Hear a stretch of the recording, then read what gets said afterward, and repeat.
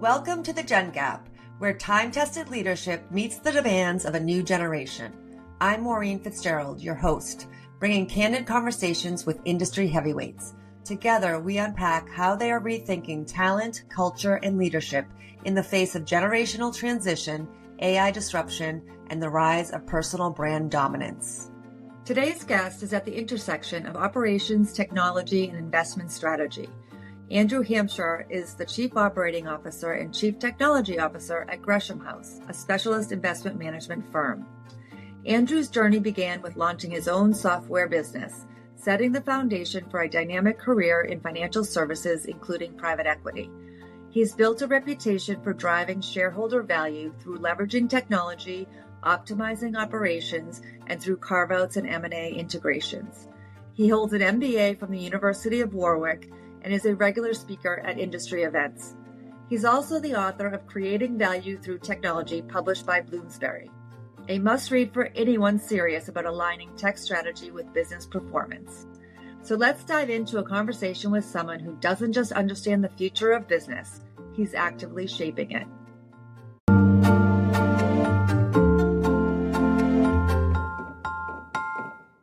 Hi, Andy. Thank you for being here today. I'm so glad you could join me.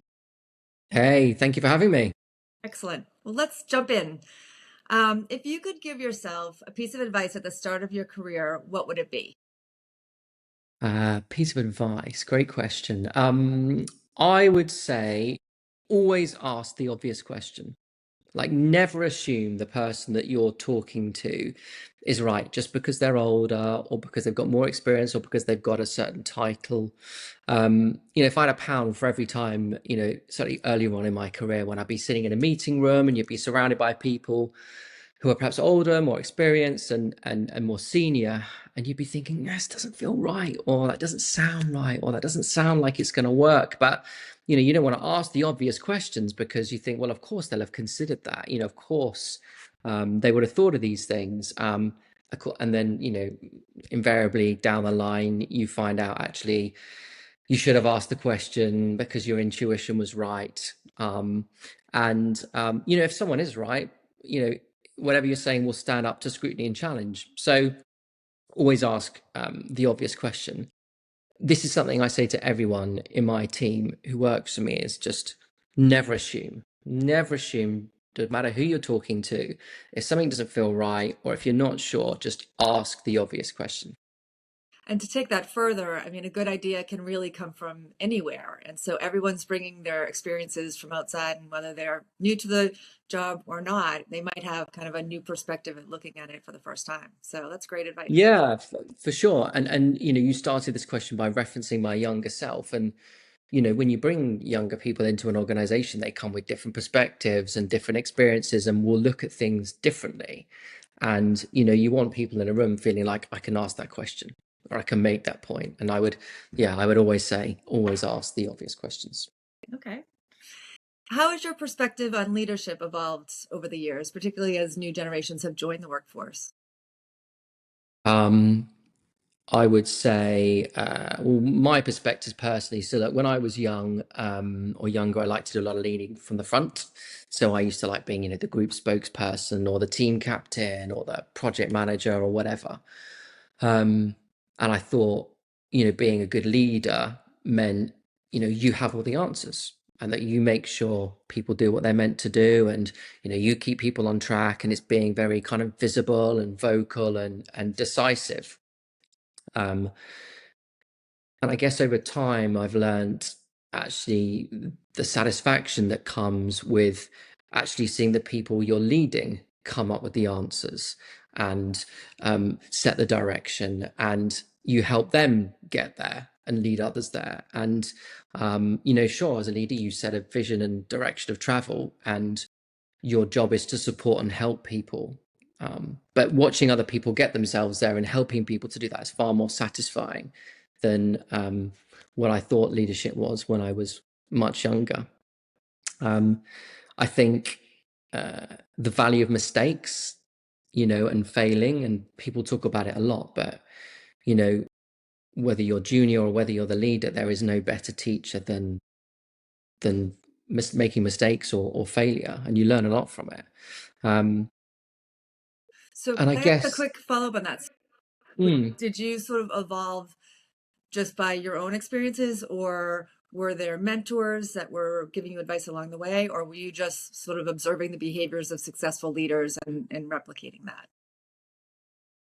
yeah, look, I've always felt very fortunate to have worked for and with the people I've worked with. I've had some great mentors and some worked with some great leaders in my career, and I've been very lucky to do that. And you learn a lot watching them. And I guess to my point, though, you learn even more watching how they deal with adversity, difficult situations when things are tougher. That's when you really see what your leaders are made of. And yeah, absolutely, I've been very lucky to work with some brilliant people in that regard. Yeah. And I guess the importance of personality in leadership. People, want to follow someone that is authentic, and connects with what they're saying, and you really believe when they speak that they believe what they're saying and they're behind it, and there's a passion there. And I think the personality in leadership is massively important. Mhm. How are you thinking about the next generation in your organization? Yeah, so the challenge and opportunity, I guess, for lots of businesses, and ours is no different, is that you're seeing multiple generations working alongside each other, and of course you can't generalize with everything, but generally different generations are inspired and motivated by different things. So our talent strategy tries to balance, let's say, universal principles, delivering for our clients, the value of face-to-face collaboration, entrepreneurial spirit, teamwork, but with then kind of flexibility and flexible options that resonate, let's say, particularly well with younger colleagues. So the sort of one size fits all thinking doesn't really work. And as I say, the different generations are motivated by different things. We don't try and be all things to all people. We stay true to our values and principles and the things that we think work. So, for example, we really believe in face-to-face collaboration as a cultural foundation. There's a lot of learning and listening. We talked about that a minute ago, in the shared space and those kind of water cooler moments where you just spark off someone or you get your ideas, from a group. But then obviously balancing that with some flexibility. So, among younger employees, as an example to your question. So we built in hybrid working. So we have 4 days a week in the office, for example, 1 day a week option to work remotely, and we flex that a bit in the summer. So there is that element of staying true to your principles and the things that you really believe in and part of your identity, and then obviously tailoring that to the different generations. And I also think younger generation are often inspired by purpose, and more often than not really want to work for businesses that are aligned with their own values and their own societal impacts. Do you want to talk about your mission? Because I do think when it comes to engagement and recruiting, your mission is helpful on that sort of feeling like they have a purpose.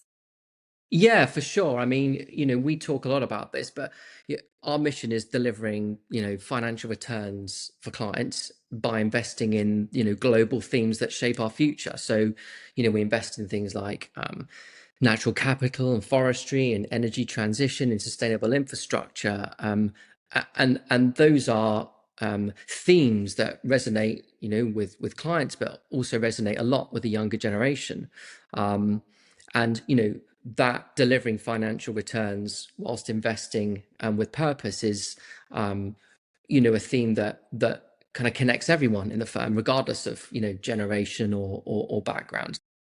And you were saying about how does that impact recruitment, materially, because we're investing in spaces that are growing and people want to be part of, and they want to be part of that next wave of innovation and investment. But people, as I say, particularly younger generation, want to work in places that have that alignment with their own values. I'd say 90% of the interviews I do at Gresham House, particularly with the younger generation, when I say to them, well, why do you want to work at Gresham House? Most people say, as part of their answer, because I really like your focus on sustainability and I like your focus on sustainable investing. That's a really important part of what we do, and it's a reason I think that the younger generation of talent really identify and our mission resonates with them. How are you thinking about culture? And, you've touched upon that maybe the younger generation likes the flexibility, they like the purpose, but are there other things that you're doing to kind of engage them through culture? Yeah, for sure. So look, I mean, culture underpins everything. And we are very proud of the entrepreneurial culture that we've built in our business.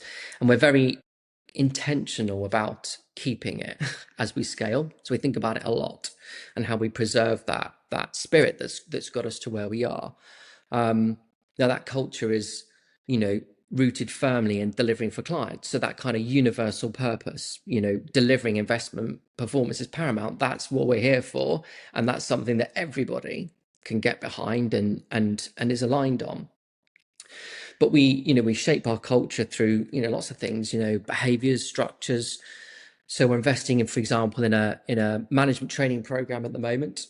And that's designed to combine our entrepreneurial spirit and our values and the things that we think are important for the identity of our business and our culture, with then kind of best practices in leading and managing people across different backgrounds. And that'll be for all of the managers in our business from top to bottom. We have things like weekly group calls, we have, socials, offsites, and lots of opportunities for people to connect and collaborate. And I talked about our hybrid working model, for example. It's very intentional that we want everybody in the office on the same days. It's not about everyone kind of staggering different days, because actually the value is when people come together. And we've designed that operating model with that in mind, because we can see and we recognize the value that comes when people are working together. So with everybody in the office, have you found that there is more kind of hallway discussions and people are taking advantage of it, or is there still, some working remotely while in the office and maybe zooming from desks rather than going into boardrooms? Or do you feel like people are coming out of it and they're kind of understanding the importance of relationship building? Yeah, I think so. I think everyone gets the importance of relationship building, and I would say no. We see lots of examples of where those kind of conversations and interactions spark ideas or creativity, and I think people generally see the value in that and get that. And it's something that we talk about a lot as well, being part of our culture, and it isn't for everyone. And we don't try and be all things to all people. But for us, it's just, we think it's a really important part of the way that we work, and, how we keep that entrepreneurial spirit and teamwork together. So you mentioned social outings and offsites. Do you have sort of all generations in the office kind of participate in the planning of those events, or is it centralized in HR? I mean, how do you come up with the ideas for what's going to resonate with the generation? No, they come from everywhere. We're not overly hierarchical, and we'll generally give people opportunity and platform when they have good ideas. We've had ideas come from junior members of the team who are passionate about something, and they've kind of shared, and we thought that'd be a great thing, as a company. We've had other things come from, the CEO and the more senior members of the team who've, got something that they think would work well for everyone. It comes sometimes from our charity partnerships that we've done. We've done things like, the sleep out. We've done a few years in a row raising money for our one of our charities, for example, or sporting events and that sort of thing. Is that where you sleep overnight? It is, yeah, and raise awareness for the charity. But so all of these things, the ideas come from everywhere, and we encourage participation in these things because again, it's how you build relationships. And how are you thinking about career progression and managing, the tension between wanting to move up and wanting more money, but the training required and just the nature of there's not always going to be the next job available? Yeah, for sure. And I think that younger employees aren't just looking for titles. They want meaningful development. I think everyone does, and values alignment, and support from managers who get them and care about their development. And we have pretty broad progression paths. So growth isn't just about moving up in a very kind of set hierarchy. Progression in our business could be deepening expertise across perhaps more than one area, or taking responsibility for leading on an initiative outside your role, or taking on more responsibility but in your areas. And the nice thing about working in a growing business, in a fast growing business like ours, has been actually giving people those opportunities is very possible in a business that's growing, because you'll always need people to be able to step up and to do more. And so we've really seen lots of good examples of that. So it's not just about moving up necessarily. But career progression and development training comes in lots of forms. This back to this point around being together, this learning through proximity, the value of face-to-face collaboration. Being in the office, you get informal feedback, you get formal feedback, you learn. I remember my first job in the city, and I probably saw the MD of our kind of division maybe once every 6 to 8 weeks in a kind of formal hour sit-down meeting sense. But I saw him and learned from him, and learned so much from him, every day, because I was watching him work, I was watching him interact, I was listening to what he was doing. He was talking about things, then I'd be asking someone, what does that mean? What is he referring to? What is, and you learn so much like that. So again, the onus has been on us to make sure, the senior leaders in the business understand their responsibilities in being present and available, and being there as mentors and people to look up to. And then obviously then the younger generations then being able to benefit from that and understanding the value of having that. Mm-hmm. And as I said at the start, we have I think we've got a great track record actually in giving people opportunities and platforms to grow here, and encouraging people to take ownership of things, giving them the opportunity to run with it, of course providing support and help if they need it. But in my experience, the best people really grasp those opportunities and have really grown. Yeah. And to kind of personalize that a little bit, we've made a number of acquisitions over the last 8 years or so. And we've made acquisitions and we've integrated them within our business, and then we've scaled together. I can think of multiple examples where someone has joined our business in perhaps a mid-level managerial role through one of those acquisitions, but has had real potential that you couldn't unlock in that business because it was too small. Mm-hmm.